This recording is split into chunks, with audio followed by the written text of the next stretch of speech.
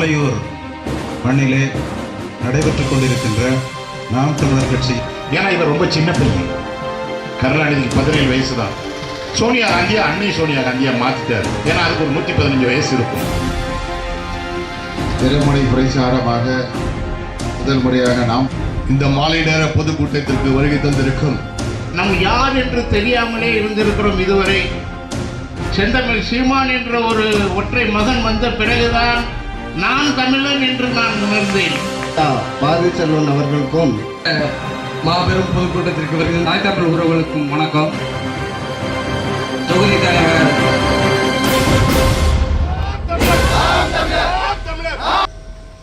இந்த பாலையூர் மண்ணிலே நடைபெற்றுக் கொண்டிருக்கின்ற நாம் தமிழர் கட்சியின் இந்த பொதுக்கூட்டத்திலே பங்கேற்றிருக்கும் நமது கட்சியின் கொள்கை பரப்பு செயலாளர் தம்பி ஜெயசீலன், மாவட்ட செயலாளர் ஐயா அலாவுதீன் மற்றும் இப்பகுதியின் பொறுப்பாளர்கள், உறுப்பினர்கள், பொதுமக்கள் அனைவருக்கும் என்னுடைய வணக்கத்தை தெரிவித்துக் கொள்கிறேன்.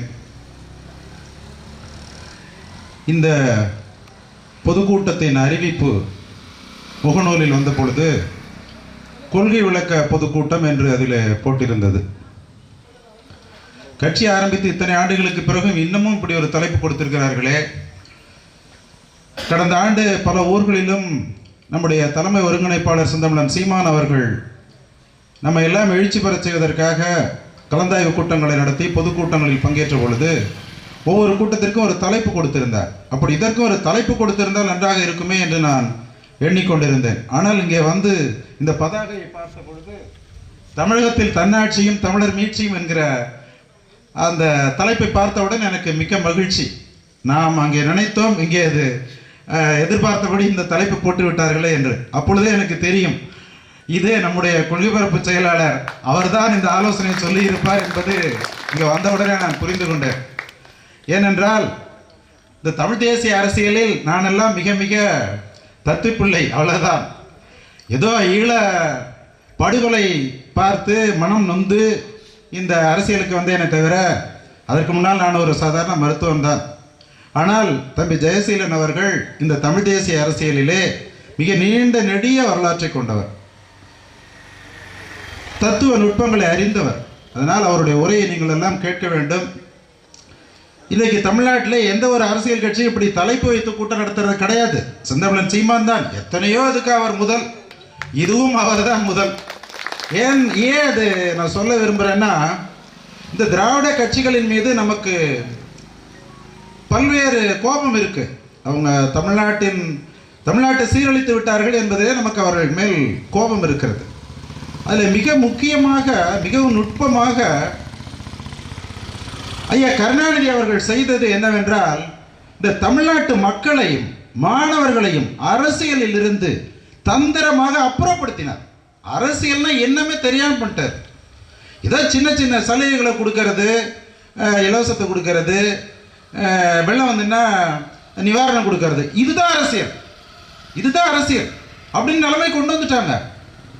அரசியல்னா அது வந்து நம்ம மொழியை காப்பாற்றுறது, பண்பாட்டை காப்பாற்றுறது, காவிரி நீர் உரிமையை காப்பாற்றுறது, இயற்கை வளங்களை காப்பாற்றுறது, நமக்கு நம்முடைய பிள்ளைகளுக்கு நல்ல கல்வியை கொடுக்கறது, ஒரு அவர்களுக்கான வேலை வாய்ப்பை உருவாக்குவது, ஒரு தற்சார்பு பொருளாதாரம். இது யாராவது பேசியிருக்காங்களா நினைச்சு பாருங்க. ஒரு அரசியல் கட்சி கூட்டத்தில் பேசியிருக்கிறாங்களா? திமுக கூட்டத்துக்கு போனால் என்ன சொல்லுவாங்க, அவங்க அதிமுக தலைவர் எம்ஜிஆர் அவர்களையும் ஜெயலலிதா அம்மையார் அவர்களையும் அவங்கள திட்டுறது, அவங்க ஊழல் பண்ணிட்டாங்க. அந்த கூட்டத்துக்கு போனீங்கன்னா இவங்க பண்ணிட்டாங்க. இதை தவிர வேற எதுவுமே இவங்க பேசுனது கிடையாது. செந்தமிழன் சீமான் அவர்கள் இந்த தமிழ்நாட்டு அரசியல் அடியெடுத்து வைத்த பிறகுதான் நம்முடைய நாம் தமிழர் கூட்டங்கள் எல்லாம் ஒரு அரசியல் வகுப்புகளாக நடந்து கொண்டிருக்கிறது. அந்த வகையில் தான் நானும் தம்பி ஜெயசீலன் இங்கே உங்கள்கிட்ட பேச விரும்புகிறோம். அதனால் நாங்கள் பேசுகிறத நீங்கள் கவனமாக கேட்டு, ஏன்னா இங்கே பொதுமக்கள் அதிகம் இருக்கிறதா எனக்கு தெரியல, நீங்கள் அதை வந்து பொதுமக்கள்கிட்ட கொண்டு போகணும். நீங்கள் ஒரு தேநீர் நிலையத்துக்கு போகும்போதோ, ஒரு முடிவெட்ட நிலையத்திற்கு போகும் பொழுதோ, இல்லை பேருந்தில் பயணம் செல்லும் பொழுதோ, யாரையாவது சந்திக்கும் பொழுது இந்த கருத்துக்களை எளிமைப்படுத்தி அவரிடம் கொண்டு செல்ல வேண்டும். ஏனென்றால் இன்னைக்கு திமுக தமிழ்நாட்டோட ஊடகம் அப்படியே அவங்க கையில் இருக்கு. நீங்கள் பார்ப்பீங்க, எவ்வளோ கொடுமையான நிகழ்ச்சிகள் நடக்குது, அதை பற்றியெல்லாம் விவாதமே கிடையாது. அப்படியே அப்பட்டமாக மறைக்கிறாங்க ஊடகங்கள், அவங்க கையில் இருக்குது. அது மாதிரி தேசிய ஊடகங்கள் பூரா மோடி கையில் இருக்குது. நம்மள்ட்ட அதெல்லாம் கிடையாது. நம்மள்ட்ட இருக்கிறது இது ஒன்று தான். நம்ம சந்திக்கிற ஒவ்வொருத்தட்டையும் தமிழ் தேசிய கருத்தியலை சொல்லி அவர்களை இந்த கருத்தியலுக்கு ஈர்த்து அவருடைய வாக்குகளை பெற்று ஆட்சி அதிகாரத்தை கைப்பற்றி தான் இந்த தமிழ்நாட்டை நாம் காப்பாற்ற முடியும். அந்த வகையில் தான் இந்த உரையை நான் இங்கே நிகழ்த்த விரும்புகிறேன். இப்போ இந்த முழக்கம் இங்கே போட்டிருக்குல்ல, தமிழகத்தில் தன்னாட்சியும் தமிழர் மீட்சியும், அந்த தலைப்பு இந்த தலைப்பு ஒத்துப்போகுது. நம்முடைய கொள்கை இதுதான். தமிழகத்தில் தன்னாட்சியை தன்னுரிமை பெற்ற தமிழ்நாட்டை அமைப்பது தான் நம்ம கட்சியோட கொள்கை. ஆனால் இது ஒரு வகையில் கொள்கை விளக்க பொதுக்கூட்டம் தான். ஏன்னா இதுதான் நான் பேசணும்னு எதிர்பார்த்துட்டு வந்தேன், அது தலைப்பாக வந்துடுச்சு. ஏன்னா இப்போ பல்வேறு அரசியல் கட்சிகள் அரசியலில் இருக்குது. இப்போ நம்ம கடைக்கு போனோன்னா ஒரு பொருள் வாங்கும் பொழுது ஒரு புடவை எடுக்கிறோம், ஒரு சட்டை எடுக்கிறோம் அப்படின்னா எடுத்தோன்னே எடுத்துறது கிடையாது. ஒன்று ஒன்றா பார்த்து இதில் நமக்கு பிடிச்ச தன்மை எதில் இருக்குது அப்படின்னு பார்த்தா நம்ம எடுக்கிறோம். அப்படி பார்க்கும் பொழுது இந்த அரசியல் களத்திலே இருக்கின்ற கட்சிகள் ஒன்னொன்னோட கொள்கை என்ன, அதிலே நாம் தமிழ் கட்சியோட கொள்கை எப்படி வேறுபடுது அப்படின்னு சொல்கிறது சரியாக இருக்கும்னு நான் நினைக்கிறேன். தேசிய அரசியல் எடுத்துட்டோன்னா இன்னைக்கு ஆண்டுகிட்டு இருக்கிறது பாரதிய ஜனதா கட்சி. அவர்களுடைய முக்கியமான கொள்கை ஒரு இந்து ராஜ்யத்தை அமைப்பது. இது உங்களுக்கெல்லாம் ரொம்ப வேடிக்கையாக இருக்கும். இந்த நாட்டில் பல ஆயிரம் ஆண்டுகளாக இஸ்லாமியர்கள் வசிக்கிறார்கள், கிறிஸ்தவர்கள் வசிக்கிறார்கள். ஆனால் அவங்க என்ன முரட்டுத்தனமாக என்ன சொல்கிறாங்க, இது இந்துக்களுக்கு மட்டுமே உரிய நாடு, இஸ்லாமியர்கள் இங்கே இருக்கக்கூடாது, அவங்க வேற நாட்டுக்கு போயிடணும்.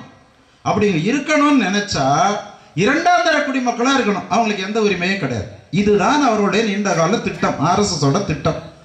அதை நடைமுறைப்படுத்தினா தேர்தலில் ஜெயிக்கணும். அதுக்கு ஒரு கட்சி அவங்க கொண்டு வந்து பாரதிய ஜனதா கட்சி அப்படின்ற பெயரில் மிகச்சிறிய கட்சியாக இருந்தது. கூட்டணி சேர்ந்து தன்னுடைய வலிமையை பலப்படுத்தி கொண்டு கூட்டணி சேர்ந்த கட்சிகளோட கழுத்தை நெரிச்சு இன்னைக்கு ஆட்சி அதிகாரத்தில் அவங்க உட்கார்ந்துருக்கிறாங்க. இது மிக முக்கியமானது, அவங்களுடைய அடிப்படை தத்துவம் தான். அப்புறம் அகண்ட பாரதம் அமைப்பு. அவன் என்ன சொல்றான், பர்மாவிலேருந்து ஆப்கானிஸ்தான் வரைக்கும் இந்தியாவும். அப்போ என்ன, இவங்க ஒரு இராணுவத்தை வலிமைப்படுத்தி ஒரு காலத்தில் படையெடுப்பாங்க. எப்படி ஹிட்லரால் அந்த ஜெர்மனி அழிந்ததோ அப்படி ஒரு காலத்தில் இந்தியா அழிஞ்சு போகும். இது அவங்களுடைய திட்டம். இப்போ நம்ம மிக மிக பாதிக்கக்கூடியது அவர்கள் கார்பரேட்டுகளின் கையாளாக செயல்படுறாங்க. ஏன்னா அவர் மோடி கண்டுபிடிச்சிட்டார். அவர் குஜராத் முதலமைச்சராக இருந்தப்ப என்ன பண்ணாருன்னா, மிகப்பெரிய நிறுவனங்களுக்கு மிக குறைந்த விலைக்கு குறைந்த வாடகைக்கு நிலத்தை கொடுத்தார்.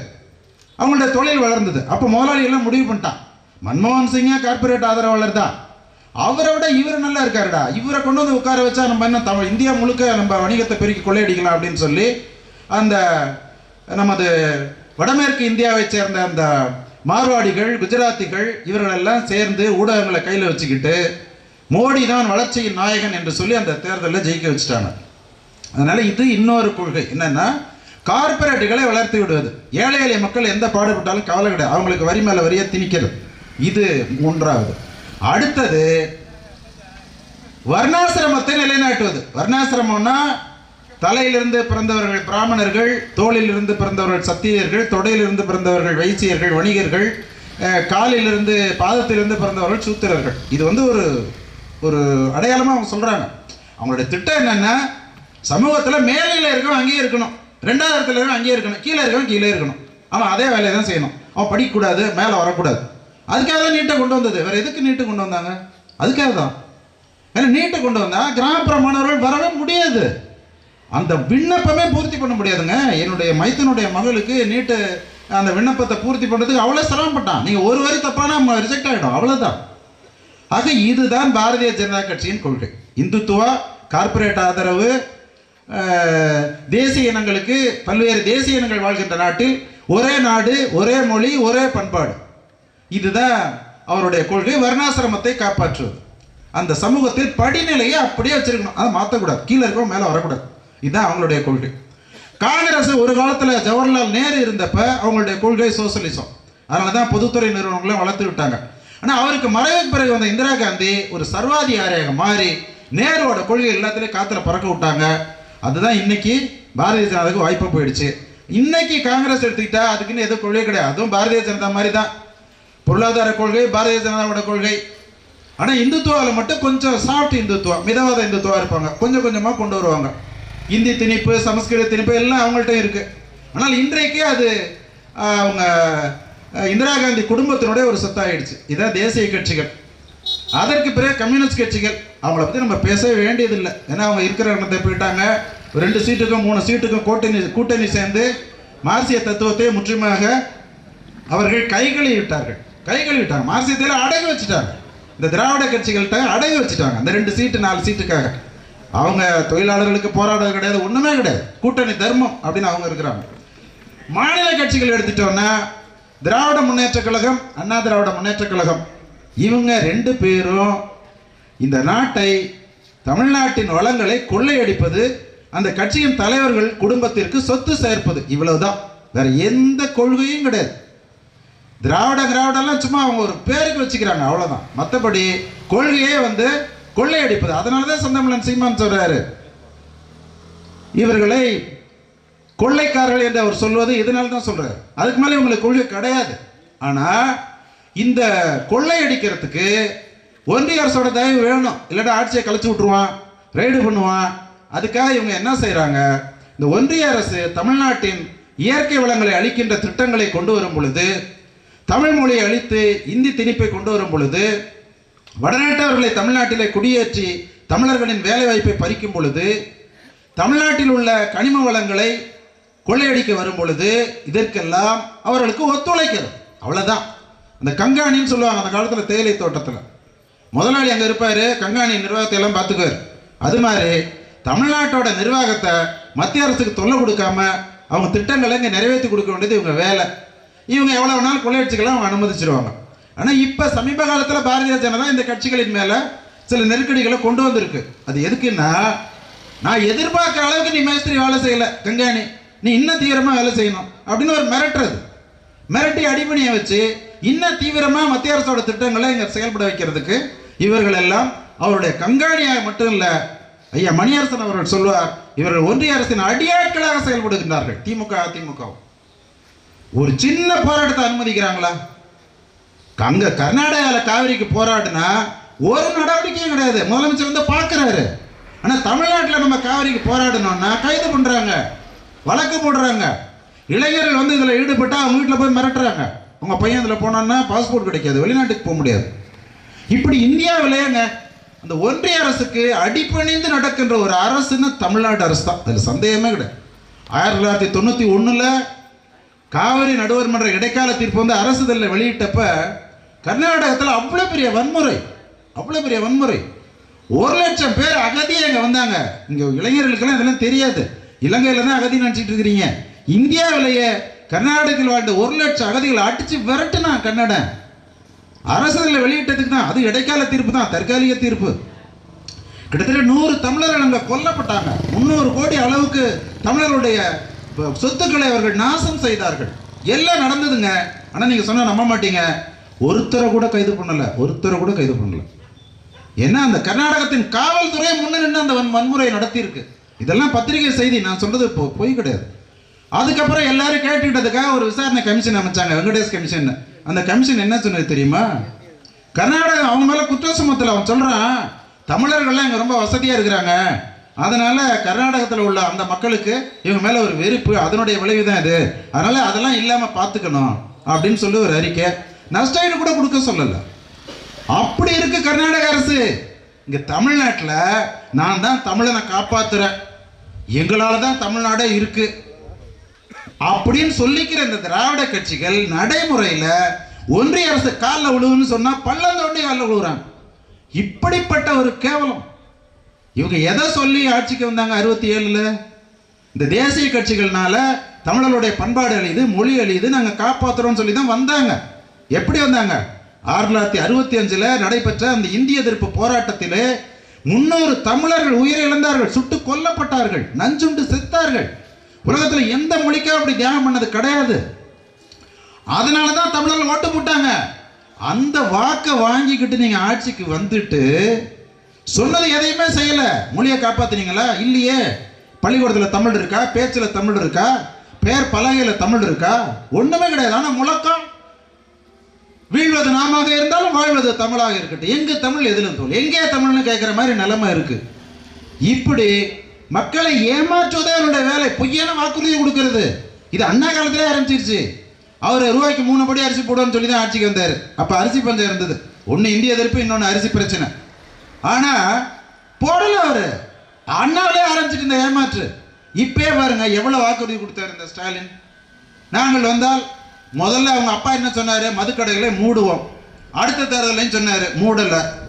இப்போ அவர் என்ன சொன்னார், மதுக்கடை எண்ணிக்கையை குறைப்போம். எங்கே குறைச்சிருக்கிறாங்க? எங்கே குறைச்சிருக்கிறாங்க? ஒன்றும் கிடையாது. சொல்றதே செய்யறது கிடையாது. ஏமாத்துறது, ஏமாத்தி ஓட்ட வாங்குறது, ஆட்சியில் வந்து உட்காந்துக்கிறது, பணத்தை கொள்ளையடிக்கிறது, அப்புறம் அந்த பணத்தை வாக்கு கொடுக்கறது, திருப்பி ஆட்சிக்கு வர்றது. இதே வேலை. இவர்கள் சுத்தமான ஏமாற்றுக்காரர்கள். இவங்களுக்கு எந்த கொள்கையுமே கிடையாது. அப்படிதான் விளைநிலங்களை விவசாய பணி தவிர்த்த வேறு பயன்பாட்டுக்கு அந்த உழவர்களின் சம்மதமின்றி நாங்கள் கையகப்படுத்த மாட்டோம்னு சொன்னார் ஸ்டாலின். 8 வழிச்சாலை எடுத்து போராட்டம் நடத்தினார். திருவண்ணாமலையில் சிப்காட் அங்கே கையகப்படுத்தக்கூடாதுன்னு சொன்னார். ஆனால் ஆட்சிக்கு வந்த பிறகு என்ன செய்யறது, பேரை மாத்துறாரு, பசுமை வழிச்சாலையா. எப்படி இதுக்கெல்லாம் உங்களுக்கு வெக்கமா இருக்காது? என்னடா நம்ம ஒன்று சொல்கிறோமே அதுக்கு மாற்றி செய்கிறோமே. இந்த மக்கள்லாம் முட்டாள்களா? நம்மளை கேட்க மாட்டாங்களா? இவ்வளோ மோசம். பொய் பொய் பொய் சொல்றது, ஏமாத்துறது, இதே தான் இவங்க வேலை. இன்னைக்கு எல்லா இடத்துலையும் நிலம் கையகப்படுத்து. இப்போ சிப்காட் ஆரம்பிக்கிறேன்னு சொல்லி நம்ம தொகுதி மன்னார்குடி தொகுதி சட்டமன்ற உறுப்பினர் தொழில் அமைச்சர் சிப்காட்டே வந்து நிலத்தை பார்த்துட்டு இருக்கிறார். இந்த கொடாச்சேரிக்கு பக்கத்தில் கிட்டத்தட்ட 50 உழவர்கள் அவருடைய நிலத்தை கையகப்படுத்த அங்கே முயற்சி நடந்துகிட்டு இருக்கு. அங்கே நாங்கள் அந்த மக்களை சந்திக்க போயிருந்தோம். அங்கே ஒரு அம்மாட்ட கேட்டேன், உங்களுக்கு இதில் எவ்வளோமா வருமானம் வரும், ஏன் இதை நீங்கள் கொடுத்தா என்ன அப்படின்னு கேட்டேன். அவங்க சொல்கிறாங்க, நாங்கள் ஓராண்டு இதில் உழவாண்மை செய்கிறதுனால எங்கள் குடும்பத்துக்கான சாப்பாட்டுக்கான நெல் கிடைக்குது. அதுக்கு மேலே எவ்வளோ வருமானம் வரும்? 60,000 ரூபா வருமானம் வரும்னு சொல்கிறாங்க.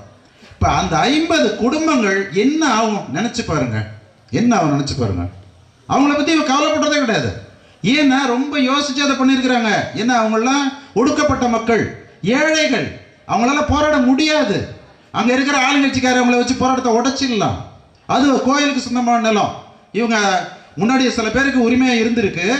இவங்க தாழ்த்தப்பட்ட மக்கள் அங்கே வந்து அவங்களுக்கு 1.5 லட்சம் 2 லட்சம் ஒரு ஏக்கர் கொடுத்துட்டு பண்ணிட்டு இருக்கிறாங்க. அந்த பணமும் போச்சு, ஒன்றுமே செய்ய முடியாது. அவங்களுடைய வாழ்வாதாரம் பாதிக்கப்படுது. அது மட்டும் இல்லை, எந்த தொழிற்சாலையும் கழிவுகளை வெளியேற்றும். கழிவுகள் எங்கே போவோம்? வாய்க்காலுக்கு தான் போவோம். பக்கத்தில் இருக்கிறனால என்ன ஆகும்? ஒரு சிப்காட்டில் தொழிற்சாலை வருது, வேலை பார்க்க தமிழனுக்கு வேலை கொடுக்க போறீங்களா? இப்போ சொல்ல ஏமாத்துறாங்க, நாங்கள் எங்கள் வேலை கொடுப்போம் இந்த உள்ளூர் ஆட்களுக்கு. அப்புறம் என்ன சொல்லுவாங்க, இந்த வேலைக்கான தகுதி படித்தவங்க ஊரில் இல்லைங்க. நெய்வேலியில் என்ன பண்ணாங்க, உள்ளூர் மக்களுக்கு கொடுப்போம்னா அத்தனை ஏக்கரை கையகப்படுத்துறாங்க. அவங்களுக்கு வேலை கிடைக்கும் போராடிட்டு இருக்கிறாங்க. இப்படி ஏமாத்துறது. விவசாயம் சார்ந்த பொருட்களை மதிப்பு கூட்டுவதற்காகத்தான் இந்த. ஏன்னா விவசாயிகள் உடனே நம்ம நெல்லுக்கு கூட விலை கிடைச்சிரும், பருத்திக்கு விலை கிடைச்சிரும் அப்படின்னு ஏமாத்துறது.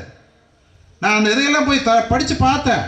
முதல்ல என்ன சொல்கிறாங்க, இது வந்து விவசாய விளைபொருட்களை மதிப்பு கூட்டி விற்பதற்கான பொருட்களை அப்படின்னு போட்டிருக்கு. உள்ளூர் சிறு குறு நிறுவனங்களுக்கு தான் இதில் நாங்கள் லைசன்ஸ் கொடுப்போம் உரிமோட்டு. சமீபத்தில் அமைச்சர் சொல்கிறாரு, பன்னாட்டு நிறுவனங்களையும் கொண்டு வருவோம் சொல்லியிருக்கிறார். செய்தி வந்திருக்கு. இப்போ பன்னாட்டு நிறுவனங்கள் இங்கே வந்தால் இங்கே உள்ளவனுக்கு எவனுக்கு வேலை கொடுப்பான்? வடநாட்டுக்கான வேலை கொடுப்பான், குறைச்ச வேலைக்கு வர்றான்னு. தமிழ்நாடு அரசை வாய்ப்பை ஏற்படுத்தி கொடுத்துருக்கு. இப்போ கர்நாடகாவெல்லாம் போனீங்கன்னா கன்னடம் தெரியலன்னா அங்கே வேலை கிடையாது. இந்தி மாநிலங்கள் ஹிந்தி தெரியல வேலை கிடையாது. தமிழ்நாட்டில் அதிமுக அரசு தமிழ் தெரியலனாலும் பரவாயில்ல, 2 வருஷம் கற்றுக்கிட்டா போதும். வெக்கமா இல்லை உங்களுக்கெல்லாம்? உங்களை நம்பி ஓட்டு போட்ட மக்களுக்கு துரோகம் செய்யலாமா? தமிழக வேலை வாய்ப்பு தானே பறி போகுது. வடநாட்டுக்காரன் வந்தா எந்த மாநிலத்தை அப்படி செய்வானா? அந்த மாநில மொழி தெரியாதவன் வேலைக்கு வரலான்ட்டு அதை அப்படியே கடைபிடிக்கிறாங்க. இப்போ இந்த சிப்காட்டை பற்றி சொல்லிட்டு இருந்தேன். இப்போ அதனால இந்த சிப்காட் எல்லாம் இவங்க கொண்டு வர்றது எதுக்குன்னா, இவர்களுடைய வளர்ச்சி பற்றி இவருடைய எண்ணம் என்னன்னா, பெரும் முதலாளிகள் கொண்டு வந்து இங்கே இறக்கணும். வேளாண்மையை நீங்கள் வளர்த்து விட்டீங்கன்னா, இயற்கை வேளாண்மை வளர்த்து விட்டீங்கன்னா அதில் உங்களுக்கு கமிஷன் கிடைக்காது. விவசாயம் என்னத்தை கொடுப்பான் அதுக்கு? இவன்ட்டு அது 1 பைசா வாங்க முடியாது. பெரிய பெரிய முதலாளிகளை கொண்டு வந்தால் தான் அவன்கிட்ட ஒரு 10,000 கோடினா 1000 கோடி வாங்கிக்கலாம். இப்போ அதுலேயே கண்ணா இருக்கிறாங்க. அப்போ இங்கே விவசாயிகள் இங்கே இருந்தாங்கன்னா தொழிற்சாலை கொண்டு வர முடியாது. இதை எதோட கொண்டு வந்து நான் நினைக்கிறேன்னா, காவிரி பிரச்சனையில் இவங்க 2 கட்சியும் ஏன் அக்கறை இல்லாமல் இருக்கிறாங்க அப்படின்றத நீங்கள் சிந்திச்சு பார்க்கணும்.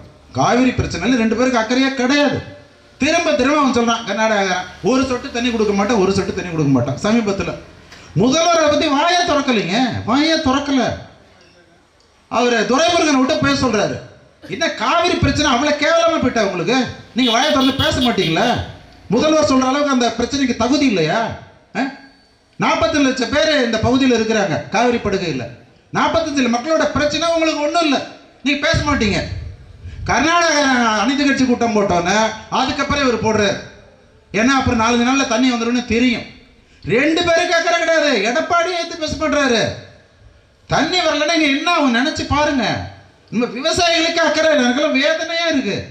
காவிரி படுறது போய் கூப்பிட்டா வரமாட்டாங்க. இன்னைக்கு பூச்சி மருந்து அடிக்கணுங்க. ஒரு நாள் 1000 ரூபாய் நஷ்டத்தை பார்க்குறீங்களே, நாளைக்கு உங்களுக்கு உங்க அடுத்த தலைமுறைக்கு தண்ணியே கிடைக்காத, குடிக்க தண்ணி கிடைக்காத, குட்டிகளுக்கு தண்ணி கிடைக்காத, புரிய மாட்டேங்குது. இப்படி இவர்களை மழுங்கடிச்சு இன்னைக்கு வாழ்ந்தா போதும், நாளைக்கு வாழ்ந்தா போதும், இன்னும் 10 வருஷம் கழிச்சு 50 வருஷம் கழிச்சு நம்ம தலைமுறை என்ன ஆகும், அந்த எண்ணமே ஏற்படாம இந்த திராவிட கட்சிகள் பண்ணிட்டாங்க.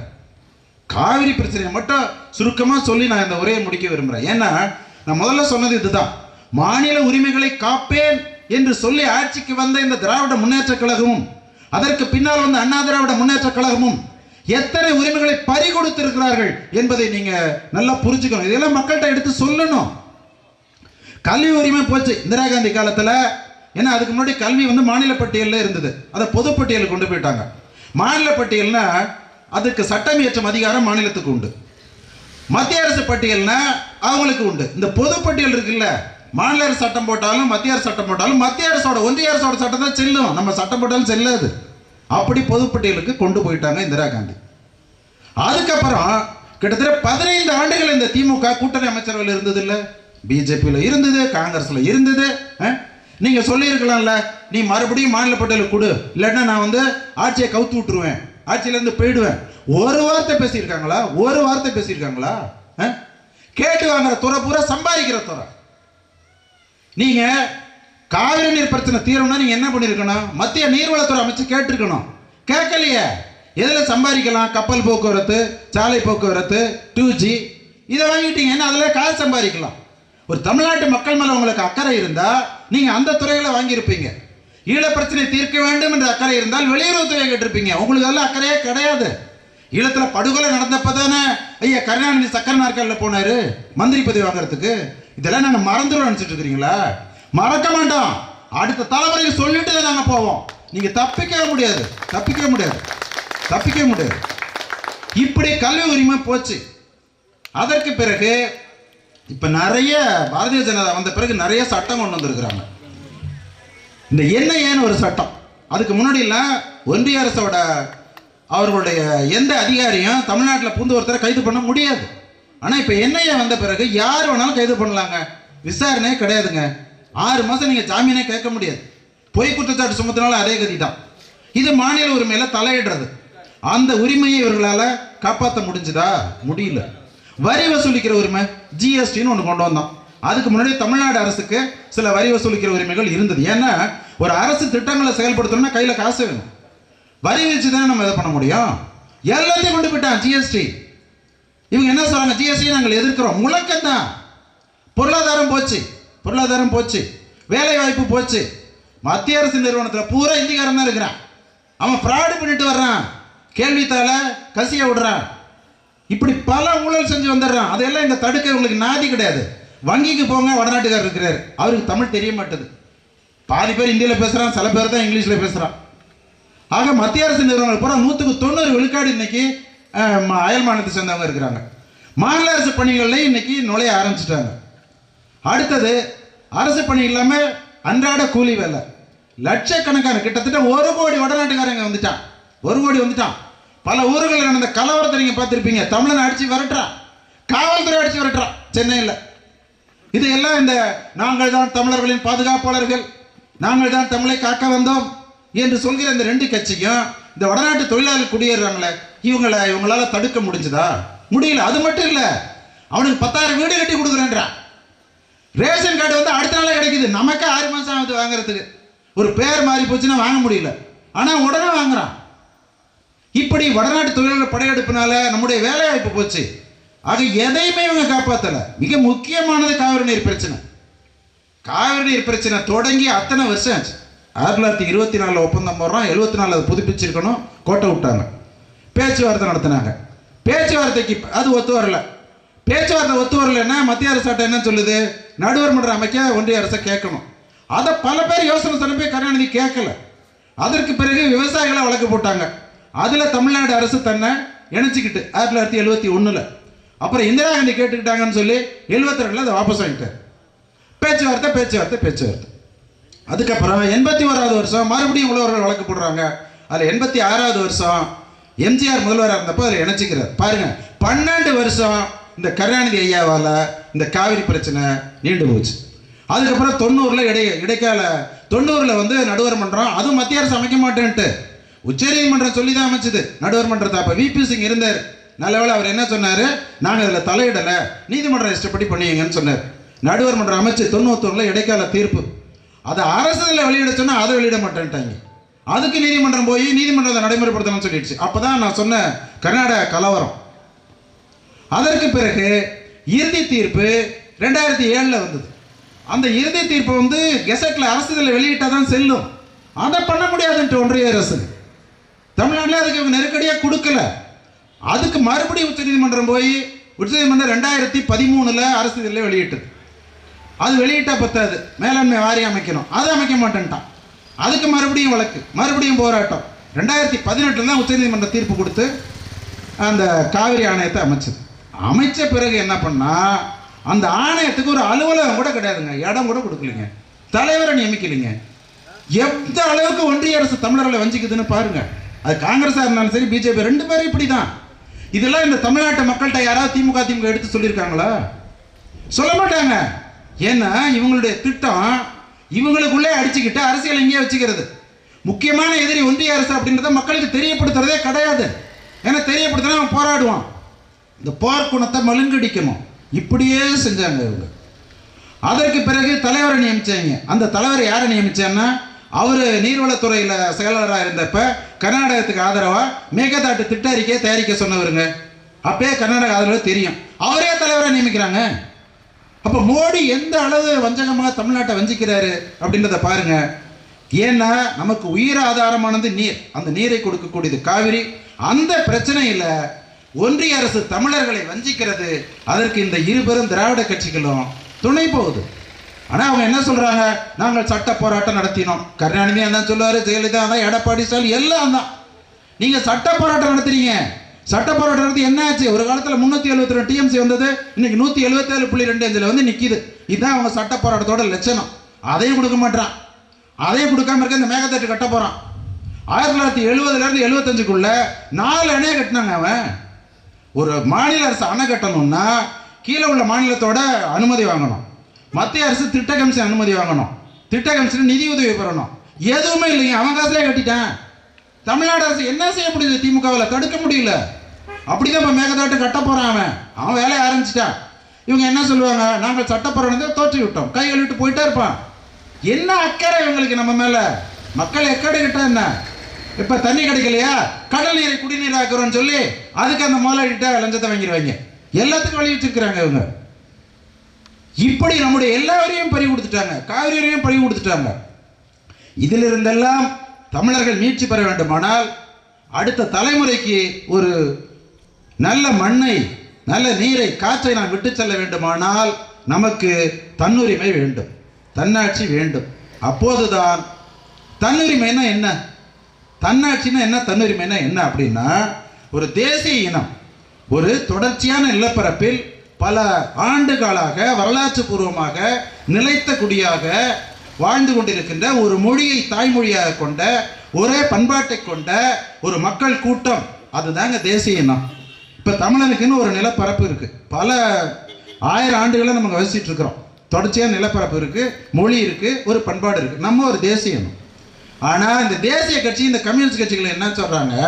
இந்தியா ஒரு தேசமா, ஒரு தேசிய இனமா. இத்தனை மொழி பேசுறது எப்படி ஒரு தேசமாக முடியும்? இது எப்படி ஒரு தேசியமாக முடியும்? இதையெல்லாம் நீங்க மக்கள்கிட்ட தெளிவுபடுத்தணும். ஆக தன்னாட்சி, தன்னுரிமை அப்படின்னா ஒரு தேசிய இனம் தன்னுடைய கல்வியை, தன்னுடைய வேலை வாய்ப்பை, தன்னுடைய பொருளாதாரத்தை, தன்னுடைய அரசியலை, தன்னுடைய பண்பாட்டை தானே முடிவு செய்யும் அதிகாரம் வேணும். இன்னைக்கு தமிழனுக்கு அந்த அதிகாரம் இருக்கா? உங்க கல்வியை உங்களால நீங்க இது பண்ண முடியுமா? மத்திய அரசோட கல்விக் கொள்கை வருது, 6ஆம் வகுப்புல சமஸ்கிருதம் படிக்கணும்ன்றா. இந்த ஸ்டாலின் எடப்பாடி என்ன பண்ண முடியும்? ஒன்றும் பண்ண முடியாது, ஒன்றும் பண்ண முடியாது. அவன் சொல்றதை கேட்டுதான் வேணும். ஆனால் நாங்கள் கேட்கல அப்படின்னு சொல்லி ஒரு தேசிய கொள்கைக்குள்ள நாங்கள் எதிர்ப்போம். எங்கே ஏத்தீங்க? மத்திய அமைச்சர் சொல்றாரு, தமிழ்நாடு அரசு எழுத்துப்பூர்வமாக இதற்கு எந்த எதிர்ப்பும் தெரிவிக்கவில்லை. நம்முடைய உயர்கல்வித்துறை அமைச்சர் சொல்றாரு, அந்த திட்டத்தில் உள்ள நல்லவற்றை நாங்கள் ஏற்றுக்கொள்வோம். இதுதான் நீங்க எதுக்கிற லட்சணம். ஆக இன்னைக்கு எந்த உரிமையும் தமிழ்நாட்டுக்கு இல்லை. இருக்கிற உரிமையை இவங்க பயன்படுத்துறதில்ல, அது வேற விஷயம். இப்போ அணு உலையை நினைச்சா அவங்க தடுத்திருக்கலாம். மேற்கு வங்காளத்தில் ஹாரிப்பூர் அப்படின்ற இடத்துல அணு உலை அமைக்க போனப்ப அங்க மம்தா பானர்ஜி முடியாதுட்டாங்க. இந்த கூடங்குளத்தில் 8 அணு உலையை கொண்டு இருக்கிற மோடி குஜராத்தில் மிதிவெற்றின இடத்துல போனப்ப மக்கள் போராடினாங்க. அங்க அமைக்கல அவரு. இந்த கையூட்டு பெறுகிற இந்த கயவர்கள் திமுக அதிமுக இங்க 8 அணு உலையை கொண்டு வந்து சுத்துறான். அணு உலை வெடிச்சது முடிஞ்சு போச்சு. பாதி தமிழ்நாடு காலி. 30,000 வருஷத்துக்கு புல் பூண்டு கூட முளைக்காது, கரு உற்பத்தி ஆகாது, எல்லாம் சதஞ்சு போயிடும். இவ்வளவு கேவலமானவர்கள். ஆக இருக்கிற உரிமையை அவங்க பயன்படுத்துறதில்ல. எனவே நாம் தமிழர் கட்சியின் கொள்கை இப்போது இருக்கின்ற அதிகாரங்களை பயன்படுத்தி ஒரு தற்சார்பு பொருளாதாரத்தை உருவாக்கி தமிழ்நாட்டின் பொருளாதார வளத்தை பெருக்கி நம்முடைய தமிழ்நாட்டின் மக்களுக்கு ஒரு உயர்தரமான கல்வியை, உயர்தரமான நலவாழ்வுக்கான சிகிச்சை மருத்துவமனைகளை அமைப்பது, இயற்கை வளங்களை காப்பாற்றுவது, தற்சார்பு பொருளாதாரத்தை வளர்ப்பது, இந்த இளைஞர்களுக்கான வேலை வாய்ப்பை கொண்டு வருவது, இதையெல்லாம் இருக்கின்ற அதிகாரத்தை வச்சா செய்யலாம். இவங்களுக்கு அதுக்கு மனசு கிடையாது. அதற்கு மேல் நமது அரசமைப்பு சட்டம் அமைக்கப்பட்ட பொழுது மொழி வழி தேசிய இனங்கள் இழந்த அந்த உரிமைகளை மீட்டு, அதாவது ஒன்றிய அரசுக்கு 4 அதிகாரம் தான் இருக்கணும். பணத்தால் அச்சடிக்கிறது, வெளியுறவு, படையை வச்சுக்கிறது, உள்நாட்டு தகவல் தொடர்பு. இது தவிர மீது எல்லா அதிகாரங்களும் மாநில அரசுக்கு தான் இருக்கணும். விடுதலை போராட்டம் நடந்து கொண்டிருந்த போது இதுதான் காங்கிரஸ் கட்சி சொன்னது, கம்யூனிஸ்ட் கட்சி சொன்னது. ஆனால் அந்த 47 விடுதலைக்கு முன்னால் பாகிஸ்தான் பிரிஞ்ச உடனே அதை காரணம் காட்டி பயமுறுத்தி எல்லாரும் பிரிஞ்சு போயிடுவான் அப்படின்னு சொல்லி எல்லா அதிகாரத்தையும் மத்திய அரசுல குவிச்சிட்டாங்க. நமக்கு அந்த இழந்த அதிகாரங்களை மீட்பதற்கு நாம் மக்களிடம் பேசுவோம்.